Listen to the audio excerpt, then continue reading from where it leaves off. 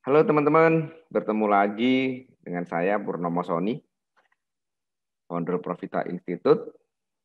Pada kesempatan kali ini, saya akan membahas tentang mengenal prinsip dasar teknikal analisa.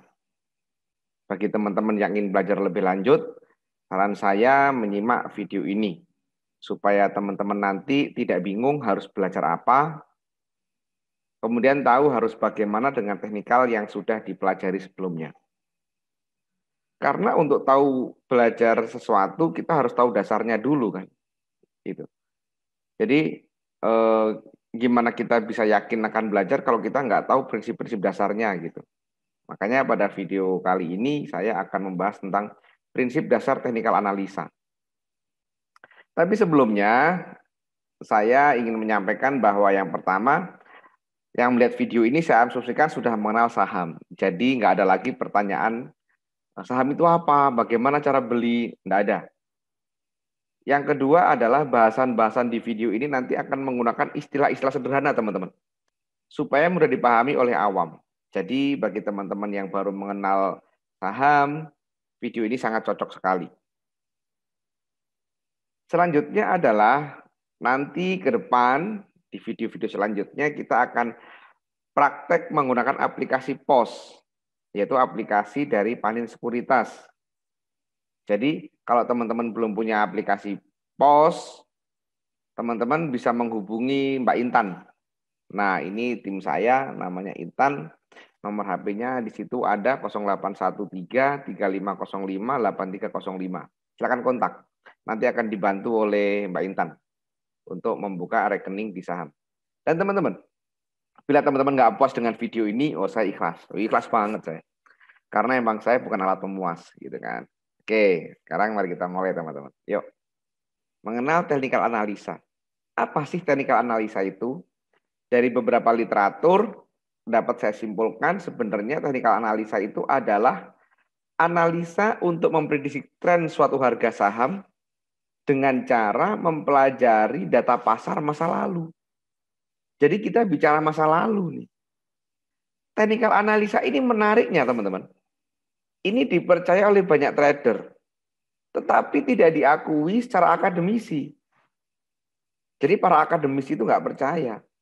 Karena menurut para akademisi, teknikal analisa itu dianggap inkonsisten dan hanya kebetulan-kebetulan belaka. Selanjutnya saya harus percaya siapa? Harus percaya trader atau percaya akademisi? Nah, kalau pertanyaan ini diberikan kepada saya percaya dua-duanya gitu kan. Karena kalau akademisi itu lebih percaya kepada fundamental. Bahwa harga saham yang demikian, nilai buku sekian, harusnya sekian. Itu akademisi. Gitu kan. Saya percaya itu. Saya gunakan itu sebagai salah satu analisa. Tetapi saya juga percaya trader. Kenapa? Nah, ini analoginya teman-teman. Kita pakai analogi teman-teman. Contoh nih. Harga jengkol saat ini 75.000. Dan orang-orang itu mengatakan, wah jengkol itu mahal sekarang. Sekarang pertanyaannya teman-teman. Apa dasar yang membuat orang bisa mengatakan bahwa harga jengkol saat ini itu mahal?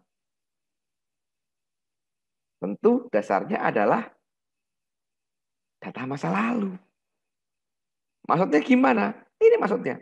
Biasanya harga jengkol itu 50.000.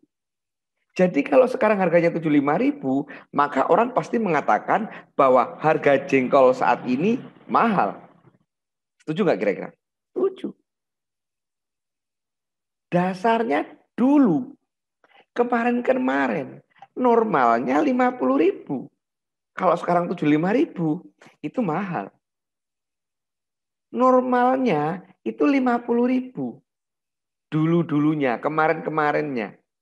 Kalau sekarang 25.000, maka orang akan sepakat mengatakan bahwa harga jengkol murah. Itulah prinsip dasar dari teknikal analisa. Kenapa kok teknikal analisa itu banyak digunakan dan banyak benernya? Ada prinsip lain. Apa itu? Psikologis. Secara psikologis nih, saat harga mahal, maka konsumen enggan beli. Sementara produsen segera produksi, memanfaatkan momentum. Hal inilah yang membuat harga akan turun. Contoh, misalkan harga cabai itu biasanya normalnya 30.000. Sekarang harga cabai itu 100.000 sekilo. Maka konsumen enggan beli. Males ngapain sih, nggak pedes juga bisa makan. Sementara para petani segera panen. Masih hijau-hijau pun segera dipanen. Karena mumpung harganya mahal. Sehingga kebutuhannya jauh lebih kecil daripada supply-nya. Sehingga harga akan turun. Sebaliknya pun sama. Secara psikologis, saat harga suatu komoditas murah, konsumen agresif beli, mumpung masih murah. Produsen nggak mau produksi. Sehingga harganya akan naik. Nah, inilah prinsip teknikal analisa, teman-teman. Dari prinsip ini, maka dapat disampaikan bahwa sebenarnya technical analisa itu adalah gambaran psikologis trader yang mempercayai indikator technical analisa. Kalau dia nggak percaya, nggak apa-apa. Selanjutnya, technical analisa itu sebenarnya adalah kesepakatan atau konsensus yang dipercayai trader. Maka bagi yang percaya technical analisa, silakan gunakan. Bagi yang enggak, ya nggak apa-apa. Tapi kalau kita bicara persentase, trader itu hampir semuanya percaya technical analisa. Sebaliknya, investor itu nggak percaya technical analisa. Mereka biasanya lebih percaya ke fundamental. Oleh karena itu, apabila teman-teman berniat untuk trading, teman-teman juga wajib belajar technical analisa. Jadi dipahami ya? Dari penjelasan saya tadi dapat kita simpulkan bahwa sebenarnya semakin banyak trader percaya akan suatu indikator, maka indikator tersebut akan semakin baik menebak harga saham. Jadi, meskipun indikatornya itu sederhana, tetapi bila banyak digunakan oleh trader, maka indikator tersebut jauh lebih peka untuk menebak harga saham atau menganalisa harga saham. Oleh karena itu teman-teman, kita tidak perlu belajar untuk tahu banyak. Tetapi belajarlah untuk benar-benar paham yang sedikit. Kenapa? Karena percuma kita belajar indikator technical analisa yang sulit, yang jelimet, yang aneh-aneh, tetapi tidak digunakan oleh banyak trader. Nah ini teman-teman. Jadi, pelajari saja technical analisa yang sederhana, yang sekiranya banyak digunakan oleh para trader, yang semua trader itu tahu. Jadi akan semuanya sepakat bahwa oh ini harganya murah, yuk beli. Oh ini harganya mahal, yuk jual. Itu cukup. Jadi bagi teman-teman yang merasa maaf, memiliki kemampuan intelijensi yang kurang, jangan pesimis. Nggak perlu kok belajar yang aneh-aneh, gitu loh. Itulah kenapa saya juga bilang sama alumni Profita, jangan terlalu banyak baca buku. Pelajari aja yang sudah ada. Nggak perlu kita belajar banyak-banyak buku teknikal A, teknikal B yang nggak banyak digunakan oleh trader. Akhirnya yang sepakat nggak banyak. Yang sepakat nggak banyak, nggak bisa nggerakkan harga. Nah, kurang lebih seperti itu. Teman-teman pasti paham bahwa di technical analisa itu banyak sekali indikatornya. Mungkin ada ratusan. Bahkan dengan kombinasinya mungkin ada ribuan teman-teman. Dengan settingnya. Oleh karena itu, setting technical analisa pun sebaiknya mengikuti kebiasaan umum. Bukan atas kemauan sendiri atau suka-suka gue. Misalkan moving average, yang paling dipakai itu apa? Gunakan itu. Jangan terus karena, wah aku suka karena aku lahir tanggal 7, aku pakai MA7 misalkan. Ya nggak bisa. Jadi setting teknik analisa pun kita sebaiknya juga mengikuti pakem umum. Pakem yang banyak digunakan oleh orang. Jangan nyeleneh. Dan, nah ini. Setiap saham itu biasanya hanya nurut dengan indikator tertentu, teman-teman. Tidak semua indikator bisa digunakan untuk semua saham. Kalau gitulah enak lah. Enggak. Bisa jadi indikator X itu sangat mudah menebak harga saham ABCD. Tapi saat kita aplikasikan ke saham XXYZ, dia nggak bisa, nggak cocok, nggak tepat. Wah, indikator X begitu begini, wah pasti naik. Oh, bener nih, di saham ABCD.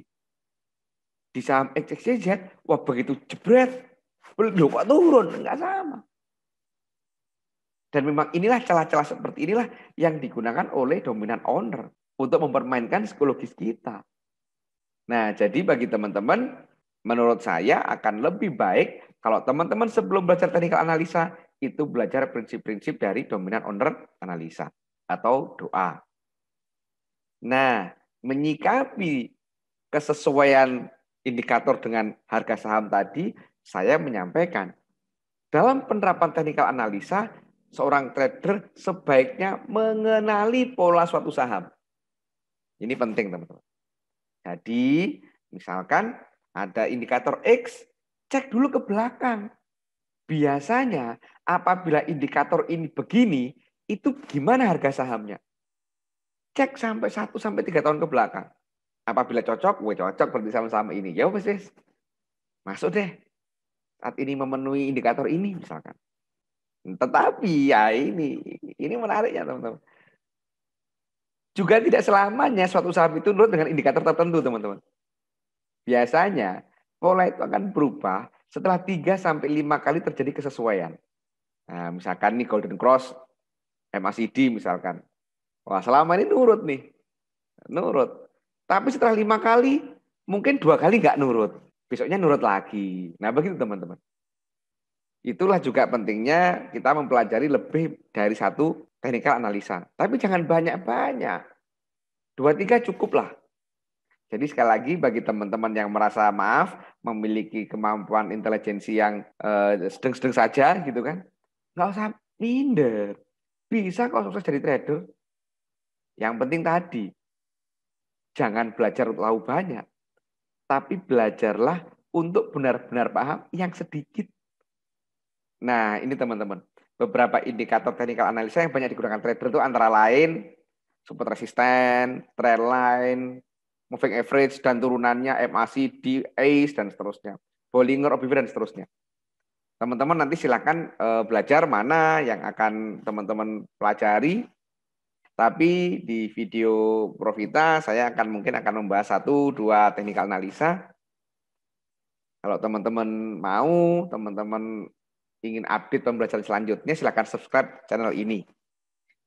Silakan tulis di kolom komen apa yang akan kita bahas di video selanjutnya. Silakan ditulis kolom komen ya. Dan bagi teman-teman, apabila ingin membuka rekening saham di Panin, karena nanti video-video ini akan menggunakan prakteknya di Panin, gitu kan, silakan kontak Intan di 0813 3505 8305. Oke, demikian dari saya teman-teman. Kita bertemu lagi di video selanjutnya. Salam.